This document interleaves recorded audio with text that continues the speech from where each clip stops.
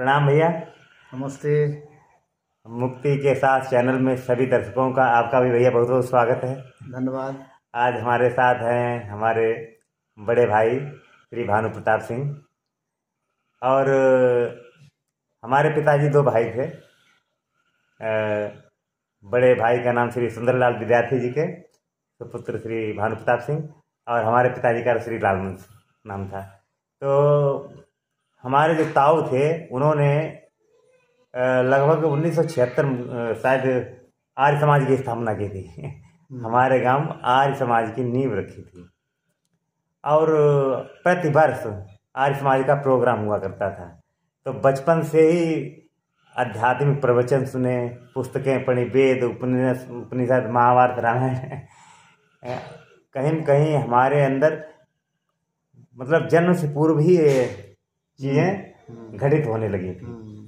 जन्म से पहले ही ऐसा वातावरण बन गया था कि हमारा आपका जन्म एक आध्यात्मिक परिवेश में ही हुआ। अब इस संबंध में थोड़ा बताना चाहेंगे। पिताजी बताते थे कि आर्य समाज वो क्यों जुड़े। उनका कहना था कि मेरा जन्म 1969 में जब हुआ था तो हमारी दादी थी और बाबा थे, उनको बता दिया गया कि मूल नक्षत्र हैं, मूल हैं, और महिला को यानी कि जच्चा और बच्चा दोनों को 1 माह तक कमरे में बंद रखा जाएगा।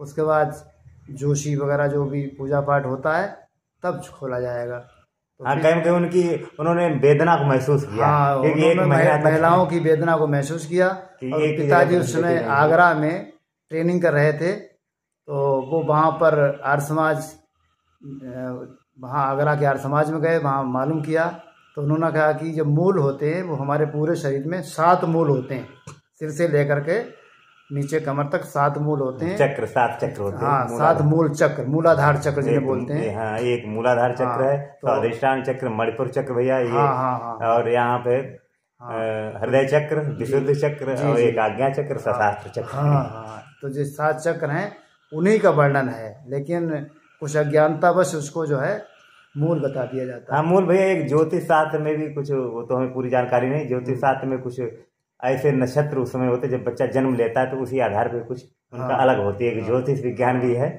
और ये परंपराएं तो बहुत प्राचीन समय से उसको देखते हुए पिताजी ने संकल्प लिया कि अब हम इस चीज को छोड़ेंगे और महिलाओं का जो 1 माह का पूरी सजा है, जो सजा बहुत उसको हटाएंगे, कष्टकारी हो जाता है। उसी समय से उन्होंने आर्य समाज का संकल्प लिया और धीरे धीरे आर्य समाज की स्थापना की और रजिस्ट्रेशन कराया। उसमें धीरे बाबूजी ताऊजी को उनको जोड़ा और लोगों को जोड़ा, फिर धीरे धीरे 50 गांव में उसका प्रचार प्रसार किया। तो उस स्थापना के कारण भैया आपका हमारा सबका एक बचपन से ही आध्यात्मिक तरफ मुख हो गया। मतलब विचार मुड़ गए। हाँ, हम लोगों ने बचपन में वही देखा कि क्या सही है। फिर संस्कृत की तरफ थोड़ा बड़े पढ़ना सीखा, श्लोक जाने, गायत्री मंत्र याद किया, और जब पढ़ते थे तो दीवारों पर लिख याद किया कि गायत्री मंत्र क्या है, अभी भी दीवारों पर लिखा हुआ है। तो इस तरह से फिर आर्य समाज के जलसे हुए, उसमें आर्य विद्वान बुलाए गए, बहुत दूर दूर से आए, जयपुर से आ रहे हैं, कोई दिल्ली से आ रहे हैं। एक ठाकुर महाबली सिंह आए थे, कई लोगों को बुलाया जाता था। तो इस तरह से हम लोग सुनते रहे। और साथ में हमारे डॉक्टर खुशीराम वर्मा वो मैजिक लालटेन का प्रयोग करते थे। तो मैजिक लालटेन प्रयोग करके हमें सुनाते थे कि जो हमारा समाज के अंदर क्या अज्ञानतावश हम लोग किधर जा रहे हैं, उसके कारण हम लोग कितने पीछे जा रहे हैं। तो उनका भैया जागरण जैसे बताते थे कि सिगरेट पीना खराब है, जुआ खेलना खराब है, शराब पीना खराब है। तो इन बुराइयों के प्रति उन्होंने आगाह किया। अच्छा, आगाह किया और हम लोगों ने उसको अमल किया। बचपन से ही सुना, हम लोगों ने अमल किया। और आप इतनी उम्र हो गई है लगभग। जी। तो आर्य समाज का उद्देश्य ये है कि लोगों को अच्छी रास्ते पे ले जाना, और मतलब पूरा परिवार नशा मुक्त रहा है। नशा मुक्त रहना, और मतलब जो वास्तव में सही चीज है उसको पालन करना आर्य समाज का उद्देश्य यही है। लोगों में भ्रम है आज समाज में कि आर्य समाज का मतलब है कि ईश्वर का नहीं मानना। ऐसा नहीं, आर्य समाज तो सबसे पहले ईश्वर को मानता है। वो कहता है कि ईश्वर एक है जो पूरी सृष्टि को चला रहा है। परम ब्रह्म एक ओम, जिसका नाम ओम ध्वनि है। ओम और उस ध्वनि ओम से ही सबका प्रकटीकरण हुआ। जी उसमें वही घट घट में व्यापक है, कण कण में व्यापक है। हाँ तो कहीं न कहीं हमारे उपनिषद, वेद, दर्शन हाँ और कई ग्रंथ हैं हाँ कई ग्रंथ हैं, जो उनसे धीरे हमें धीरे पढ़ते हैं, उनको पालन करते हैं। जो अपने आप को जानो। हमने बचपन में ही भैया सुना है कि स्वामी दयानंद सरस्वती ने कहा था कि मैं कौन हूँ। मैं कौन हूँ से उनकी यात्रा शुरू हुई थी। ये वाकई में हाँ, स्वयं को पहचानो, स्वयं को पहचाने, मैं आखिर मैं हूँ कौन। तो हमने प्रवचन भैया प्रवक्ता कहते थे कि ये प्रश्न अपने आप से कई बार करना चाहिए था।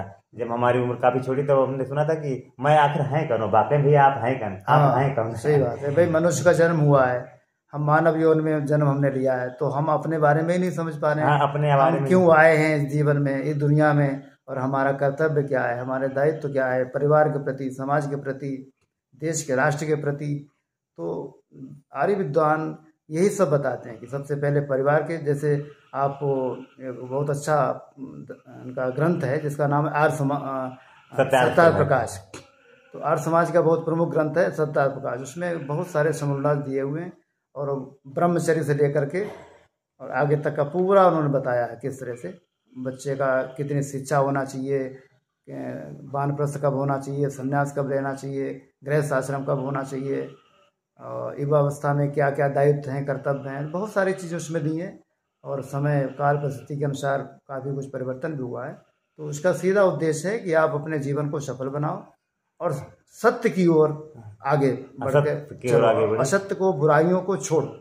तो सत्यार्थ प्रकाश तो कोई भी ग्रंथ पढ़ के एक कदम तो भैया उठाना ही पड़ता है, फिर धीरे धीरे हम स्वतः ही आध्यात्मिक तरफ बढ़ने लगते हैं। बिल्कुल। अब आखिर हमें आंसर लास्ट में मिल जाता है कि मैं कौन हूँ। हाँ, मैं कौन। स्वामी दयानंद सरस्वती अपने गुरु श्री ब्रजानंद स्वामी जी के पास गए थे, उन्हें कुंडी खड़खड़ाई। ब्रजानंद दंडी महात्मा जी थे, स्वामी ब्रजानंद, उनके जो है उन्हें कुंडी खड़खड़ाई तो उन्होंने अंदर से आवाज की कौन है आप। हाँ तो स्वामी दयानंद सरस्वती ने कहा था यही तो मैं जानना जानने आया हूँ उनके कि मैं कौन हूँ। उनके वो शिष्य बन गए और धीरे धीरे जो है आर्य समाज 1875 में स्थापना हुई।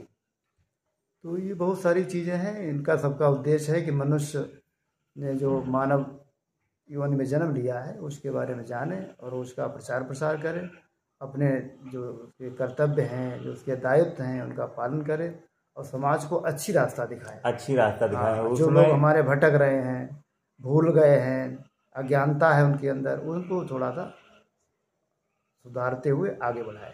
ये जीवन का मुख्य उद्देश्य है। और अपने बारे में भी जानें, अपने बारे में जानें, और जानने के लिए आपको शांत होकर बैठना पड़ेगा, कुछ अपने ध्यान करें भैया। हाँ, सब कार्य करते हुए अपने लिए समय जरूर निकालें कि अगर हम आए कहो ना, अब किस लिए आए, अब कर्म क्या है।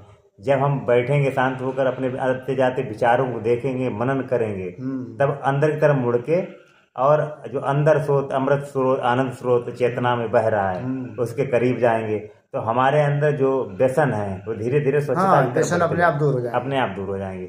अब भैया कहीं का आपने देखा होगा कि समाज में इतने ज्यादा नशा चल रहा है, कोई शराब पी रहा है, कोई स्मैक पी रहा है, कोई सिगरेट पी रहा है और कोई तम्बाकू कप पी रहा है। तो उसका कहीं न कहीं कारण है कि वो विचारों से, टेंशनों से, फ्रस्ट्रेशन मुक्त होना चाहता है।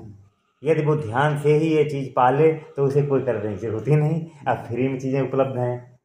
शराब की नशे के कारण देखो परिवार नष्ट हो गया, खेती जमीन सब बिक गई, परिवार बच्चे भी परेशान हैं। अब जबकि आध्यात्मिक वो चीज़ें फ्री में ही उपलब्ध हैं। ये ध्यान करें और हर समय वैसा ही आदमी अनुभव करेगा जैसे नशे में निर्विचार हो जाता है, शांत रहता है। कुछ तो नशे में गाली गलौज करते हैं। देखो ऐसा है, सबसे पहले तो ये है कि जहाँ पर भी ऐसी हो रही है तो सबसे पहले इसके परिवार की जिम्मेदारी है कि वो अपने बच्चे के बारे में, अपने परिवार के सदस्यों के बारे में जाने कि वो बैठ कहाँ रहे हैं, उनकी संगत कहाँ है।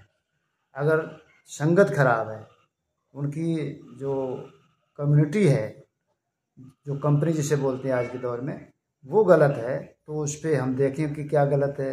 हाँ, उसको हम रोकें, तब हम वो क्या। अब आजकल लोगों ने फैशन बना दिया है कि हम ऐसा ही करेंगे, सिगरेट पियेंगे। जैसे डिग्री कॉलेज में स्टूडेंट जो है अपना स्मोकिंग कर रहे हैं। बहुत स्टूडेंट हमने भैया, आपने भी देखा होगा बचपन से हाई स्कूल वाले। हमने देखा कुछ इंग्लिश मीडियम बच्चे, हमने तो सिगरेट पी रहे हैं। क्षणिक उनको जो है सुख मिलता है और क्षणिक सुख के लिए वो सब कर रहे हैं। धीरे धीरे वो आदतन हो जाती है, हैबिचुअल हो जाते हैं और धीरे धीरे फिर वो नशा प्रवृत्ति की तरफ उन्मुक्त हो जाते हैं। तो ये थोड़ा सा परिवार की जिम्मेदारी है कि गार्जियन अभिभावकों को भी जिम्मेदारी है अपने आप को सुधारें, अपने आप जाने। फिर और बच्चे उन्हें देख के भैया सीखेंगे। बच्चे सीखते हैं। अगर गार्जियन अगर सिगरेट शराब और पुड़िया का इस्तेमाल कर रहे हैं अपने बच्चों को सुधारना चाहेंगे तो बहुत मुश्किल है। क्योंकि मुश्किल कुछ नहीं, देखो ऐसा है नहीं, जैसे जो स्वयं नशा कर रहा है वो अपने बच्चों को, जो नशा कर रहा है वो कैसे कह पाएगा, बच्चा मानेगा नहीं उसकी बात। बच्चा देख रहा है कि हमारे पिताजी जैसे बचपन में नहीं होते थे, बेटा जा बीड़ी पीना है, बीड़ी निकाल के दी, बच्चे तो कहा कि वो लगा लाओ, चूल्हे में जला के लाता है या माचिस जला के लाता है, फिर वो फूंक मारता है, फिर देता है, तो वो खुद ही सीख जाता है कि अरे इसमें कुछ आनंद आया। तो ऐसे बहुत सारी चीजें जो है धीरे धीरे पहले शौक में करते हैं, फिर धीरे धीरे उसके आदी हो जाते हैं। अब इतने आदी हो जाते हैं कि फिर वो इतनी प्रवृत्ति हावी हो जाती है कि वो छूटता नहीं नशा। जब छूटता नहीं है तो फिर वो धीरे धीरे बिखरते चले जाते हैं, बिखरा हो जाता है, संकट बढ़ता चला जाता है। तो कहीं न कहीं अपने आप सुधार के फिर बच्चों को सुधारना। तो और देखें सुधरेंगे। सबसे पहला की है कि हम स्वयं अपने को फोकस करें कि हम स्वयं नशा प्रवृत्ति की तरफ तो नहीं जा रहे हैं। एक महात्मा गांधी के ऊपर एक और दूसरा है कि हमारे विचार अच्छे हो। विचार अच्छे ये देखो जब ही अच्छा होगा। जैसे आप मिठाई की दुकान पे जाते हैं तो किसी को रसमलाई पसंद है, किसी को लड्डू पसंद है, किसी को जलेबी पसंद है, किसी को खोया वाली मिठाई पसंद है, किसी को बेसन वाली पसंद, सबकी पसंद अलग अलग होती है। लेकिन जीवन को चलाने के लिए कुछ चीज़ें तो सबके लिए ज़रूरी है। हर आदमी चाहता है आज के दौर में कि हम आगे बढ़ें, उन्नति करें, लेकिन उन्नति कैसे करें ये वो सीखना नहीं चाहता। हाँ सीखना। अब भैया ये हमने जाना अध्यात्म, आपने भी जाना क्योंकि निर्णय उसी का ही होगा। हाँ निर्णय उसी का होगा। वो किधर निगेटिव की तरफ जाना, पॉजिटिव की तरफ जाना, व्यसन चुनना चाहता है या अध्यात्म चुनना चाहता है, ये मेहनत करना चाहता है, बेईमानी करना चाहता है। क्योंकि दूसरा सिर्फ उसको मार्गदर्शन दे सकता है, चलना तो उसी को पड़ेगा, खुद चलना पड़ेगा। और हम क्या करते हैं कि दूसरों को दोषारोपण करते रहते हैं कि स्वयं कुछ बदलाव चाहते नहीं कि हमें ये परिस्थितियाँ नहीं मिली, वैसा नहीं मिला, ऐसा। मगर अपने अंदर अगर बैठकर झांकें, थोड़ा ध्यान करें, आकलन करें अपना, तो अच्छी चीज़ें निकल के आएंगी। देखो कई चीज़ें आज के दौर में हम लोग देख रहे हैं कि समाज में हर आदमी अधिकार की बात कर रहा है, लेकिन अधिकार से पहले हमारे कर्तव्य पर बात होनी चाहिए। हम कर्तव्य और अपने दायित्व को कभी करते नहीं हैं, या करते हैं तो पूरा नहीं करना चाहते। अधिकार की मांग करते हैं कि हमारा ये अधिकार है, हमारा अधिकार है। बेटा अपने जो है बाप से कह रहा है कि तुमने पढ़ाया, तुम्हारा फर्ज था, और हमारा ये तुम्हारे जब संपत्ति में हमारा अधिकार है। हमारे कर्तव्य भी तो हैं, बेटे के कर्तव्य हैं, उनको पूरा करें। और कर्तव्य को पूरा करते हुए अपने दायित्वों को निर्वहन करोगे तो सफलता अपने आप मिलेगी। और जो हमारे आध्यात्मिक महापुरुष हुए कबीरदास, उन्होंने कहा बुरा जो दोखन मैं चला, बुरा न मिलिया कोई, जो दिल खोजा अपना हमसे बुरा कोई। और वास्तविकता हमसे बुरा न कोई। जो हमारे अंदर ही जो बुराइयां हैं, पहले हम उन बुराइयों को दूर करें, तब हम दूसरों से कहें भैया कि तुम भी ऐसी बुराई खोजो। लेकिन हम अपनी ढूंढ नहीं कर पा रहे हैं, दूसरे को हम बता रहे हैं। दूसरे दोषारोपण करते हमारी उम्र ऐसे निकल जाती है। यही है। अब ना अपने आप जान पाते, न सही से जी पाते हैं। अब दोषारोपण वही व्यक्ति करते हैं जो जिनके अंदर नकारात्मक प्रवृत्ति होती है। देखो सोच दो प्रकार की है। सोच आपकी एक तो ऐसी है कि जो आप दूसरों की अच्छाई सोच रहे हो, पॉजिटिव सोच रहे हो, सीधे सकारात्मक सोच कहते हैं। सकारात्मक सोच का तात्पर्य ये है कि हम कोई काम को किस तरह से ले रहे हैं। जैसे आप मिठाई के उदाहरण ले लो या समोसे उदाहरण ले लो।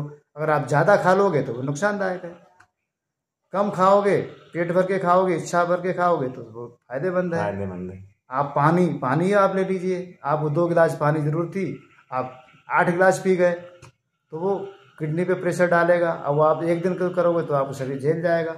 या नमक आपको 10 ग्राम की ज़रूरत है एक दिन में, आप कहोगे नहीं हमें तो बहुत ज़्यादा नमक खाना है, आप 50 ग्राम पर डे खाने लगोगे तो वही नमक आपके लिए जहर बन जाएगा। तो आपके जो ब्लड है, खून है, उसमें वो विषैला कर देगा। तो सकारात्मक सोच यही है कि आपको धीरे धीरे जो भी चीज़ें अच्छी हैं, जो संगत है, जो विचार हैं, जो आपके आइडियाज़ हैं, जो आपकी आइडियोलॉजी है, उसको अच्छी रास्ता की तरफ जाए। भैया और अपने जो महापुरुष अच्छे हुए हैं, जैसे विवेकानंद जी हैं, स्वामी दयानंद जी हैं, आज के दौर में हम अब्दुल कलाम जो हमारे वैज्ञानिक थे उनको बहुत मोटिवेट हो रहे हैं। तो उन चीज़ों से हम प्रेरणा लें। वैज्ञानिकों में आइंस्टीन है, अल्बर्ट आइंस्टीन है, तो ये बहुत सारे ऐसे लोग हुए हैं जिनसे हम प्रेरणा ले सकते हैं और आगे बढ़ सकते हैं। और युवाओं के लिए तो सबसे अच्छे विवेकानंद है, जिन्होंने कहा कि अपने सफलता के लिए आप अपने काम में लगते रहिए, अपने उद्देश्य को प्राप्ति के लिए लक्ष्य को जब तक आगे बढ़ने का प्रयास करिए जब तक वो लक्ष्य आपका पूरा न हो जाए, प्राप्ति न हो जाए, तब तक आप उसकी तरफ बढ़ते रहिए, जागते रहिए, काम करते रहिए, दायित्व निभाते रहिए। तो सीधा सा है। अब हर चीज़ में हम कमियां ढूंढेंगे तो कुछ नहीं कर पाएंगे। कुछ नहीं। और जैसे भैया सीधे ऐसा करते, हमने देखा कुछ लोग क्या सिर्फ दोषारोपण करके अपने आप को अलग कर देते हैं। हाँ। जबकि अपने विचारों को कहना चाहिए। अगर कोई कमी दिख रही है दूसरे में तो अपने विचारों से स्पष्ट कह देना चाहिए, उसे मालूम तो होना चाहिए और उसे उसके दोषा मतलब कुछ दोष है तो बताना चाहिए और अपने दोनों को अपने अपने दोषों को मतभेदों को दूर करना चाहिए, तो फिर हम एक रास्ते पर आ जाएंगे। अब होता क्या है कि दोषारोपण करके एक दूसरे को हट जाते हैं, फिर वो मिलते नहीं और उनके टकराव होने लगता है। जबकि दोनों मिलना चाहते हैं, अपने विचारों को रखें स्वतंत्र रूप से और दोनों क्या कहना चाहते हैं बात भी करनी चाहिए भैया। देखो हमारे शरीर में, हमारे मस्तिष्क में चेतन मन और अवचेतन मन, तो इसी तरह से पूरी सृष्टि का नियम इसी पे है आपका कि सुख और दुख, रात और दिन, गुण दोष, ये पूरा एक व्यवस्था है। तो गुण दोष हर व्यक्ति में है, हमारे अंदर भी है, आपके अंदर भी है, सबके अंदर है। लेकिन हम गुण दोष का अगर संतुलन बना के चलेंगे, न बहुत अच्छाई है न बहुत खराबी है, एक सामंजस्य बना के चलेंगे तो हम आगे बढ़ पाएंगे। लेकिन हम दोषों की तरफ ज़्यादा देखेंगे या बहुत अच्छे ही बनने का हम प्रयास करेंगे लेकिन करेंगे नहीं, अच्छे बनेंगे नहीं, केवल दिखावा करेंगे तो अच्छे नहीं रह पाएंगे। तो हम एक बैलेंस बना के चलें तो हमें सफलता जीवन मिलती है। और हमारे महापुरुष यही बता के गए और जो भी हमारे ग्रंथ हैं वो भी हमें यही मोटिवेट करते हैं, यही बताते हैं कि हम अपने जीवन को गुण दोष सुख दुख का संतुलन बनाते हुए बढ़ें और किसी पे आश्रित ना हो। ये आपको भैया जैसे दर्शकों और हम अपने आप को कहते हैं कि आपको ये करना ही पड़ेगा, क्योंकि हर व्यक्ति का भैया संसार अलग अलग होता है और उसका अपना संसार जो रचना करता है वही संसार उसका होता है। चाहे वो अपने संसार में सभी को दोषारोपण करके सबसे ईर्ष्या कर सकता है, अपने संसार में सबको प्यार भी कर सकता है, मगर ये उसका निर्णय ही होगा, पार्टिकल उसी व्यक्ति का निर्णय होता है कि उसके संसार में हम लोग दखल ज़्यादा कर नहीं सकते। अगर उसने मन में अवचेतन मन में डाल दिया कि सब गलती ही लोग हैं तो सब उसके लिए सब गलती दिखाई पड़ेंगे। जैसे आप काला चश्मा लगाए हो तो आप सोचो कि हमें एकदम उजाला दिखे, नहीं देख सकता, नहीं देख सकता। तो अवचेतन मन में हमने पहले से सोच रखा है कि फला व्यक्ति ठीक नहीं है और वो भले ही बहुत अच्छा है और किसी के कहने से हमने मान लिया कि उस व्यक्ति ने हमें ऐसा कहा है तो वो गलती होगा। हम जाके उससे परखें, उससे बात करें, उसके व्यवहार देखें, उसका थोड़ा दृष्टिकोण देखें, तब हम उसके आइडिया लगाएं कि वास्तव में सही क्या गलती, अच्छाइयाँ बुराइयाँ जान सकते हैं। लेकिन आज के दौर में जो मैं देख रहा हूँ ज़्यादातर लोग दूसरों के विचारों से सुनकर के तीसरे आदमी पे विश्वास कर लेते हैं कि हाँ फला व्यक्ति ऐसा ही होगा, खुद उससे पर 99% ऐसे ही। अगर कोई कह दे कि कोई बिल्कुल अच्छा व्यक्ति हो और उसके बाद कहते हैं कि उसे हमने चोरी करते हुए देखा तो सभी लोग विश्वास कर लेंगे कि उसने 99% लोग विश्वास कर लेंगे हाँ वो चोरी कर रहे होंगे, देखो कितने अच्छे आदमी चोरी कर रहे होंगे। अगर हम कहते हैं कि कोई खराब व्यक्ति है और कोई उसे ना जानता, हम कहते हैं कि बहुत अच्छे व्यक्ति हैं और उन्होंने हमारी मदद की थी, तो पूरे लोग विश्वास कर लेंगे हाँ, नहीं तो विश्वास नहीं करेंगे। कोई अच्छा व्यक्ति है अगर मदद कर रहा है और हम कहते हैं ये तो बहुत अच्छे व्यक्ति, तो लोग 1% नहीं करेंगे, 1-2%। हाँ बुराइयों को हम लोग निगेटिव को बहुत जल्दी पकड़ते हैं और अपना निगेटिव संसार बना लेते हैं, हम भी उसी मकड़ जाल में फंस जाते हैं और दुखी पाते हैं भैया। तो ये हमारा संसार, आपका संसार, सबका अपना अपना संसार है और उसके मालिक, उसके राजा हम ही होते हैं कि हम अपना संसार कैसा है, मन हमारा राजा है, हाँ कैसा हम रचना करते हैं। अच्छे संसार करेंगे तो मन की करने से पहले हृदय से भी सोचना चाहिए। हाँ हृदय से सोचना चाहिए। मन तो हमें भटकाता है, मन हमेशा भटकाता है और आजकल लोग जो है मन की ज्यादा सुनते हैं तो जो इसलिए वो भटकाव के दौर में चले जाते हैं और क्षणिक सुख में चक्कर में अपने जीवन को विभिन्न प्रकार से अभिशप्त जीवन व्यतीत करने में विश्वास करने लगते हैं और वो दूसरों को भी परेशान करते हैं, स्वयं भी परेशान होते हैं और उनके माता पिता, उनके परिजन सब कष्ट में रहते हैं। तो लोगों को चाहिए कि जो है वो जो भी निर्णय लें बहुत सोच समझ के लें और दूसरों पे जल्दी विश्वास ना करें। विश्वास अपने पे करें कि वो व्यक्ति हमारे साथ कैसा व्यवहार कर रहा है। हो सकता है वही व्यक्ति, जैसे मान लो हम किसी के लिए बहुत अच्छे हैं तो किसी के लिए बहुत खराब हो सकते हैं। तो हर व्यक्ति का अपना नज़रिया है, अपना दृष्टिकोण है और किस व्यवहार है। तो ये सामंजस्य बैठाने की ज़रूरत है, किसी पे एकदम अंधविश्वास करने की ज़रूरत नहीं। और जो अंधविश्वास नहीं करते हैं वही सफल भी होते हैं, ये भी है। अब ये भैया ये अद्भुत संसार है, इसमें हर व्यक्ति यूनिक है। जैसे आप हैं तो आप पूरे विश्व में श्री भानु प्रताप सिंह आप अकेले हैं, कोई दुनिया है नहीं? हम नरेंद्र हैं। हाँ। क्या इस संसार में कोई नरेंद्र हो सकता है? नहीं। आप सोचिएगा, जब आप एक ही हैं, हाँ। आप स्पेशल, कोई दूसरा हो ही नहीं सकता। हाँ। तो आप चेतनमय ही हुए। हाँ। आप यूनिक हैं, स्पेशल हैं। हर व्यक्ति यूनिक है, ईश्वर का अंश है, हर व्यक्ति यूनिक है, अपनी अलग क्वालिटी है। दूसरा ये है कि जैसे मैंने कई क्षेत्रों में काम किया है, कई जगह रहे हैं, चाहे वो एक छोटी संगत लोगों की हो, चाहे बड़े स्तर पर संगत हुई, चाहे अधिकारियों की संगत रही हो। आप अपने को दृढ़ संयमी न बनाओ, अपने को जितेंद्रिय, एक शब्द होता है जितेंद्रिय। हाँ, जितेंद्रिय का मतलब है जिसने अपनी जो इंद्रियां हैं, जो हमारी इंद्रियां हैं, जो हमें अपने वश में करने का प्रयास करती हैं, हम उन पे बस कर उनको अपने वश में करो, अंदर की तरफ मोड़ दीजिए। अंदर की तरफ। जैसे किसी ने कहा कि शराब, जैसे हम कई बार गए बजट की मीटिंगों में, तो लखनऊ में सर्दी थी, जनवरी का महीना, तो बाकी लोग, अधिकारी लोग कहे अरे थोड़ा सा ले लो भाई। मैंने कहा मैं तो कभी हाथ नहीं लगाया। बोले नहीं। तो मैंने कहा मुझे नहीं लेना है। तो वहाँ से हट के दूसरे कमरे में चले गए या उनसे हट गए किसी तरह से, भाई तुम्हें अपना शौक पूरा करना करिए। तो आप खुद अब आपके इंडल्ज हो गए, उनके साथ झुकाव हो गया। आप एक बार उनके साथ जुड़ गए, उन्हें स्मोकिंग करके देखो, फिर धीरे धीरे आपके अंदर फिर वो आदत पड़ जाएगी। तो कुल मिला के आपको अपनी इच्छाओं पे नियंत्रण आना चाहिए भैया। ये तो आना चाहिए अध्यात्म की तरफ बढ़ने के लिए। या अध्यात्म छोड़ो, संसार में भी अच्छा जीवन जीने के लिए इंद्रियों पर नियंत्रण अति आवश्यक है। बाहर की इंद्रियों को अंदर की तरफ मोड़ो। यदि हम इंद्रियों हमारी कंट्रोल होंगी तो मीठा संतुलित खाएंगे, नमकीन संतुलित खाएंगे, स्वास्थ्य भी सही रहेगा, अब बोलेंगे भी संतुलित, और हमारा व्यवहार भी संतुलित होगा, आचरण भी संतुलित, व्यवचारी संतुलित नहीं होगा, मतलब हर तरीके से सही होगे। तो हाँ, ये आजकल इतना जरूर है कि आप जब कुछ खाते पीते नहीं है तो लोग आपसे वो इंटीमेसी उतना नहीं रखना चाहते। वो कहते यार ये तो पान भी नहीं खाते, ये बीड़ी भी नहीं पीते, स्मोकिंग नहीं करते, दारू भी नहीं पीते, शराब भी नहीं तो उनके दोस्त उनके दोस्त कम होते हैं। लेकिन आज के दौर की जो बात कर रहा हूँ, लेकिन जो भी दोस्त होते हैं वो बहुत सॉलिड होते हैं। तो हम तो कहते हैं कि एक दोस्त हो, अगर 100 दोस्त हैं और वो सब खराब हैं और 4-10 दोस्त हमारे अच्छे हैं तो वो 10 ज़्यादा बेहतर, उनसे आपका जीवन अच्छा रहेगा, वो आपको सही मार्गदर्शन करेंगे। क्यों आज के दौर में 80% नहीं बल्कि 90% लोग दोस्तों की राय पे निर्भर हैं और गलती रास्ते पे जाते हैं। और आजकल फ़ोन हो गया, हर जेब में फ़ोन है, हर हाथ में फ़ोन है, तो हर व्यक्ति जो है तुरंत पूछता कैसा क्या करें। अगर आपका दोस्त थोड़ा पॉजिटिव थिंकर है तो आपको सही राय देगा, अगर वो नेगेटिव थिंकर है, आपको बुरा चाहने वाला है, तो आपको गलत राय दे देगा। तुरंत तो आपको अच्छा लगेगा लेकिन आप जो है नुकसान उठा जाएंगे।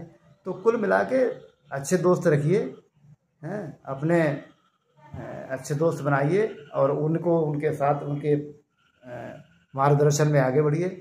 खुद आपको लाभ मिलेगा और उनको भी लाभ रहेगा।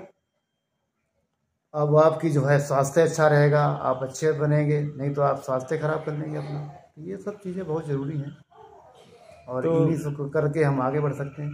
कहीं न कहीं आपने अपना संयमित जीवन रख रहे हैं। हाँ, अभी तक तो यही प्रयास। धूम्रपान से आप अलग हैं, व्यभिचारों से अलग हैं, सबसे अलग हैं। तो कहीं न कहीं भैया आपका भी योगदान इसमें है। नहीं, अपना तो योगदान है ही है, तो लेकिन वही मैंने कहा ना, आप इच्छाओं पे अपना नियंत्रण कर पाएंगे तब।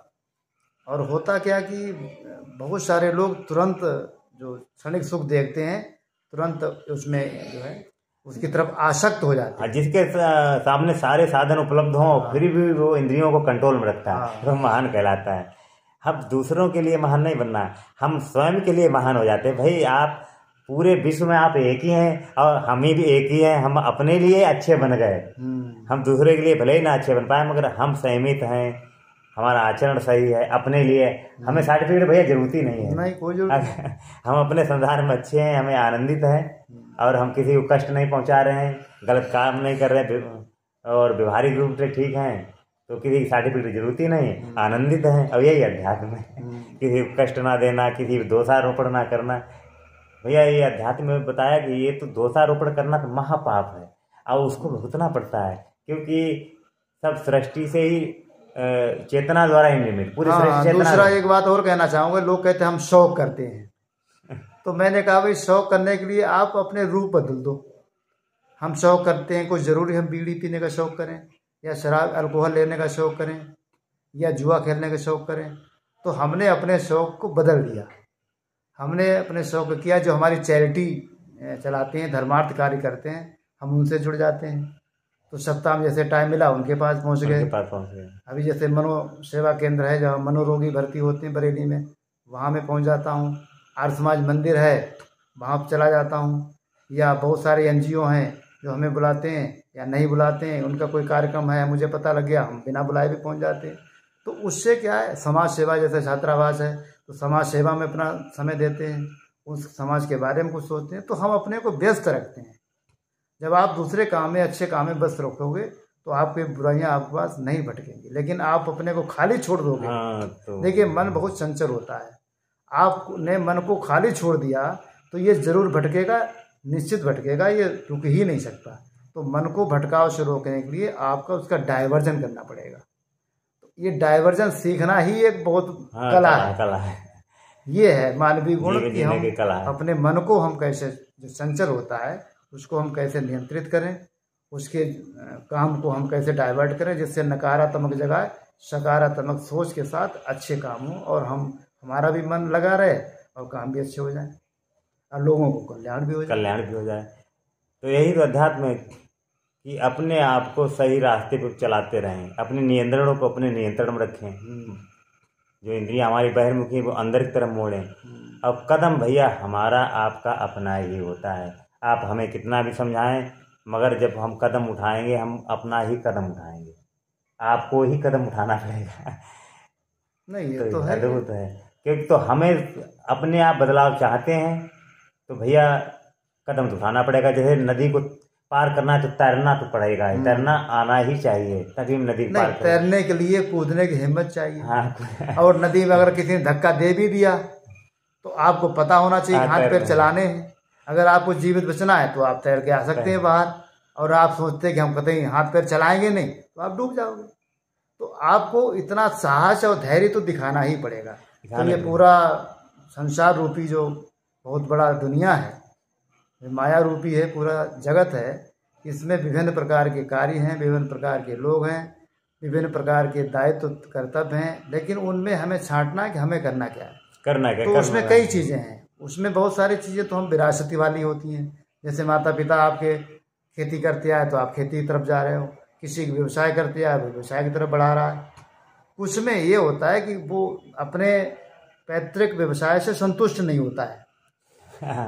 आज के दौर में जो खेती लोग करते रहे हैं उनके बच्चे खेती की तरफ संतुष्ट नहीं, कुछ नया करना चाहते हैं। वो कुछ नया करना चाह रहे हैं, तो नया करने के लिए उनको बाहर जाना पड़ता है। तो बाहर जाने के दो तरीके हैं, या तो वो बजा के मजदूरी करें या फिर वो ट्रेनिंग लेके कुछ काम करें। तो ट्रेनिंग लेके हुनर पैदा करो अपने अंदर, और बहुत सारे क्षेत्र उनमें अपना काम करो। अब जैसे हमारे व्यवसायिक पैतृक धंधा है, हमारी कृषि थी। हाँ, अब पिताजी को पढ़ने का भी बहुत शौक था तो अब बचपन से पढ़ने का शौक हमें भी लग गया। हाँ, तो कुछ करने नहीं पड़ा, किताब पढ़ते भी रहे और इधर आ गए। तो खुद में एक इच्छा जागृत करनी पड़ेगी और उसको एक लक्ष्य बनाना पड़ेगा। और लक्ष्य की जब तक प्राप्ति नहीं हो जाए तब तक आपको संतोष नहीं करना है। कहते ना संतोष हो गया बैठ गए, नहीं। जिस दिन हमने चलना छोड़ दिया, जिस दिन हमने सोचना छोड़ दिया, उस दिन हमारी प्रगति रुक गई। मतलब अपने आप शांत रखते हुए भी कर्म तो करने पड़ेंगे भैया, कर्म करने पड़ते हैं। हाँ, एक छोटा सा मंत्र है, चरेवेति चरेवे। तो आप निरंतर चलते रहें। चलते मतलब आगे बढ़ते रहें, सतत प्रयास करते रहें, तभी हमारे कंटिन्यूअस जो है प्रोग्रेस करते रहें, निष्काम भाव से अपना कर्म करते रहें। कर्म तो करना ही है। धर्म अर्थ काम मोक्ष, हाँ। ये हमारे 4 स्तंभ है और इन चारों को पार करके ही अध्यात्म को प्राप्त कर सकते हैं। क्योंकि कर्मों को करते रहें, निष्काम भाव से करते रहें। अध्यात्म तो व्यक्ति जब ही कर पाएगा जब थोड़ा सा पढ़ेगा, उसके बारे में समझेगा, संतुष्ट होगा और उसका पेट भरने की व्यवस्था हो जाएगी।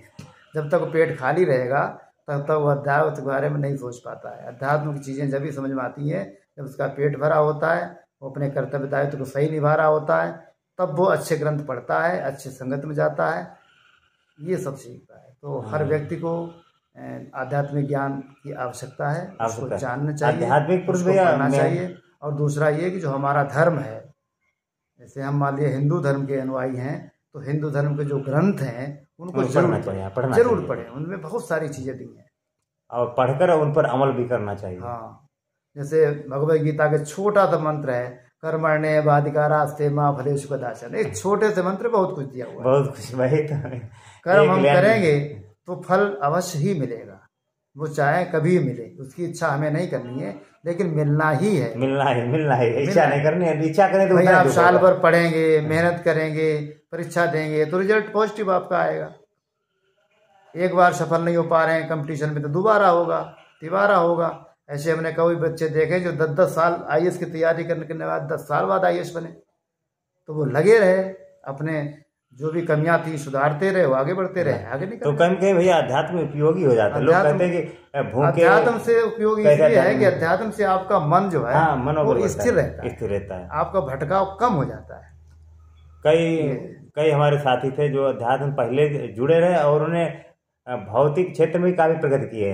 एक प्रोफेसर है बलिया में, उनका मन जो है काफी JRF क्वालिफाइड है, काफी टैलेंटेड है। एक शब्द है हिंदी का, सतचित आनंद। सच्चिदानंद जिसे कहते हैं। तो सच्चिदानंद तो नाम जानते हैं, नाम नहीं है वो, सतचित आनंद। यानी जो हमारे मस्तिष्क में जो चीजें हैं वो सही हैं कि नहीं, चित्त हमारा मन हमारा सही से काम कर पा रहा है, सोच पा रहा, समझ पा रहा, विचार कर पा रहा है। जब अच्छा सब कुछ होगा, सफल मिलेगी, तभी तो आनंद आएगा। और आज के दौर में क्या है, हम आनंद पहले ढूंढ रहे हैं। नहीं, आनंद नहीं मिलेगा। हम कर्म कर नहीं रहे हैं, दायित्व कर नहीं रहे हैं, ड्यूटी अपनी कर नहीं पा रहे हैं, और केवल आनंद और फल की इच्छा कर रहे हैं। तो ऐसा संभव नहीं है। जिसे हम यही तृष्णा का कारण, यही तृष्णा। और जिस व्यक्ति को हम आनंदित देखते हैं तो कहीं कहीं उसके कर्मा भैया उसके पीछे होते हैं। हाँ। वो नहीं दिखते हैं।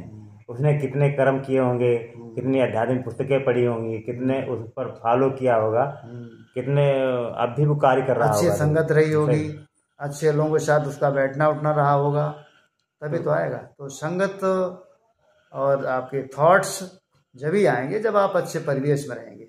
जैसे आप जब कुर्ता पजामा पहनते हैं तो आपकी मस्तिष्क एकदम अलग हो जाता है। जब कभी कभी आप देखते होंगे जैसे मंदिर में गए और घंटा बजा के आपने प्रार्थना की, तो अब 10-5 मिनट जब भी आप रहते हैं मंदिर में तो एकदम आप ऐसा रहता है कि एकदम हम बहुत एकांत महसूस कर रहे हैं, शांत चित्त आप महसूस कर रहे हैं। क्योंकि वहाँ पर जो मंदिर जहाँ पे है वहाँ पर उसकी आपको कंपन, उसकी परिवेश वो एकदम मस्तिष्क पे जो है प्रभावित करती है, मस्तिष्क हमारे जो विचारों को प्रभावित करती हैं, हमारे आइडियोलॉजी को प्रभावित करती हैं। तो ऐसे ही जो है हर व्यक्ति कपड़े पहनने से ही प्रभावित हो जाता है। जैसे आप बहुत टाइट कपड़े पहने या आधे कपड़े पहने आधे नहीं पहने तो आपको अपने में हीन भावना आ जाएगी। आप केवल जो है अर्धनग्न होकर के बाजार में जा सकते हैं क्या? नहीं जा सकते। नहीं, बिल्कुल नहीं। तो संतुलित होना, कंफर्टेबल होना अति आवश्यक है। आप अपने को अनकंफर्ट फील करेंगे तो यही सब चीजें होती हैं कि कंफर्ट मतलब है कि हम अपने को बिल्कुल सही, सामंजस्य, संतुलित बना करके चलें और जो हमारा ध्येय है उसको हम अपने लक्ष्य की तरफ आगे बढ़ें और निरंतर प्रयास करें। निरंतर श्री कृष्ण भगवान ने गीता में यही तो अर्जुन को उपदेश दिया था कि तू एक युद्ध कर, फल की इच्छा मत कर। क्योंकि पृथ्वी आप तो एक युद्ध ही चलता रहता है। अर्जुन को समझाया निष्काम भाव से युद्ध करते ही रहे। तो ये हमारे अपने व्यवहारिक जीवन में भी भैया लागू होता है। और जो लागू करता है भैया आनंदित रहता है, कर्म करता रहता है। तो भैया आपके बहुत ही कुछ सुझाव जानने को मिले। नहीं, मेरा तो सीधा एक सबके लिए एक छोटा सा संदेश है कि सबसे पहले तो जो मनुष्य हैं अपने को पहचानो। हाँ, मैं कौन हूँ, मैं कौन हूँ, अगर पॉइंट भाई, और मैं जीवन में ईश्वर ने मुझे क्यों भेजा है, क्यों भेजा हमारा, मैं यहाँ पर आया हूँ, मानव के रूप में जन्म लिया है, तो जहाँ पर भी हैं तो हम एक लाइट, एक दीपक के रूप में काम करें। जो हमारे महात्मा बुद्ध जी कह गए, अप दीपो भव, अप दीपो भव, तो आप देखें कि हम अपना स्वयं का प्रकाश बने, यानी कि हमारे अंदर जो ज्ञान है उसका हम प्रकाश पुंज बन करके दूसरे लोगों को आगे बढ़ाएं, उनको समझाएं क्या अच्छा है क्या खराब है, और एक संयम दृष्टि रखें, तब आगे बढ़ेंगे और निरंतर प्रयास करते रहेंगे। दूसरा ये है कि हम अपने बुराइयों को देखें। हम नहीं कहते कि हम अपनी अच्छाइयों को देखें, हम अपने बुराइयों को पहले देखें कि हमारे अंदर बुराई क्या है, बुराई देखन हाँ, हम अपनी बुराइयों को पहचाने और हो सके तो उनको जल्दी से जल्दी दूर करें। भाई बुराई बताता है और हमें सही लगता है कि वो वाकई में हमारे अंदर बुराई को उसे दूर करने का भी प्रयास करना चाहिए। बिल्कुल करना चाहिए। अगर किसी डॉक्टर ने कह दिया है कि तुम्हारे जो है अंदर ट्यूमर बन रहा है और वो अभी खतरनाक नहीं है, तो आप क्या करेंगे? आप सबसे पहले यही कहेंगे डॉक्टर साहब तुरंत ऑपरेशन कर दो।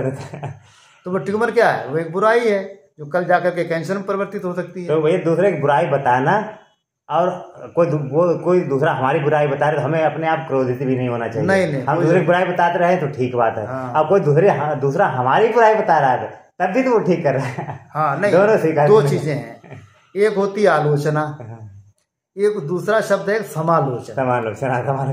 जैसे हमने किसी के एकदम ऐसे तीव्र शब्दों में, कटु शब्दों में हमने कहा नहीं तुम ऐसे हो, फला व्यक्ति ऐसा है, तो उसे बुरा लगेगा। हम उसको समझाएं कि ऐसा है, आपने ये काम किया, यदि ऐसे करते तो और अच्छा होता है। तो वो कहता हाँ आप सही बता रहे। तो वो समालोचनात्मक जो है, जो हमारे ग्रंथ हैं उनमें यही बताया गया कि आप किसी व्यक्ति को समालोचनात्मक दृष्टिकोण पैदा करें, ये बहुत जरूरी है, तभी वो व्यक्ति सफल होगा। और आपके अंदर भी अच्छे जो विद्वान लोग हैं, जो महात्मा लोग हैं, वो कभी क्रोधित नहीं होते हैं। तो समालोचना करनी भी चाहिए और सुननी भी चाहिए, दोनों ही दोनों आवश्यक है। नहीं, मैं तो चाहता हूँ मेरे अंदर बुराई है तो मुझे बताओ, हम दूर करेंगे।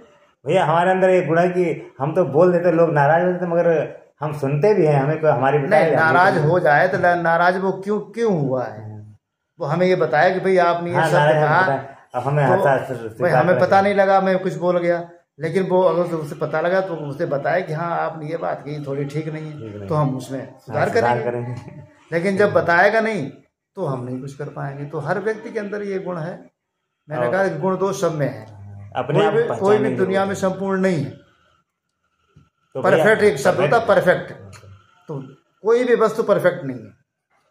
परफेक्ट हम जब ही बन सकते हैं हम अच्छा बनने का प्रयास करें और धीरे धीरे अच्छाई की तरफ चलें, अच्छे गुणों को अपने अंदर समावेश करें और उनको लेकर के अपने जीवन में आगे बढ़ें। और जो जीवन के हमारे आध्यात्मिक क्षेत्र के जो पायदान हैं उनको हम लेते हुए आगे बढ़ते रहें, तो हम जीवन को सफल बना लेंगे और अपने जीवन को जन कल्याण में के हेतु लगा देंगे।